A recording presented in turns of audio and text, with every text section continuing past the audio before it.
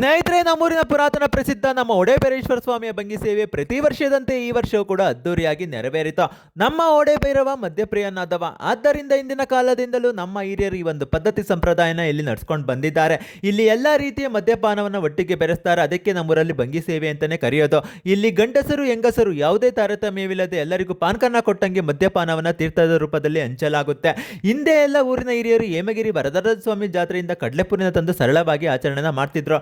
ಇತ್ತೀಚಿನ ವರ್ಷಗಳಲ್ಲಿ ನಮ್ಮ ಊರಿನ ಯುವ ಪೀಳಿಗೆಯವರು ವಿಜೃಂಭಣೆಯಿಂದ ಮಾಡ್ತಿದ್ದಾರೆ. ಇನ್ನೊಂದು ವಿಷಯ ಏನಪ್ಪಾ ಅಂದ್ರೆ, ಈ ದೇವರಿಗೆ ನೀವು ಬಂಗಿ ಸೇವೆ ಮಾಡ್ತೀನಿ ಅಂತ ಅರ್ಕೆನೆ ಹೊತ್ಕೊಂಡ್ರೆ ನೀವು ಇಷ್ಟಾರ್ಥಗಳು ನೆರವೇರುತ್ತೆ ಅನ್ನೋ ನಂಬಿಕೆ ಕೂಡ ಇದೆ. ಹಾಗೆ ನಮ್ಮೂರಿನ ಯುವ ಜನತೆ ಬಂದಂತಹ ಭಕ್ತಾದಿಗಳು ಹಸಿವಿನಿಂದ ಹೋಗಬಾರ್ದು ಅಂತ ಅನ್ನದಾಸೋಹ ಕೂಡ ಮಾಡ್ತಾರೆ. ಒಂದು ಕಡೆ 1000 kg ಚಿಕನ್ ಆದ್ರೆ ಇನ್ನೊಂದು ಕಡೆ 50-60 ಮರಿ ಹೊಡೆದು ಮಟನ್ ಬಿರಿಯಾನಿ, ಮಟನ್ ಫ್ರೈ, ಬೋಟಿ ಗೊಜ್ಜು ಎಲ್ಲವನ್ನು ಮಾಡಿಸಿ ಬೆಳೆಸ್ತಾರೆ.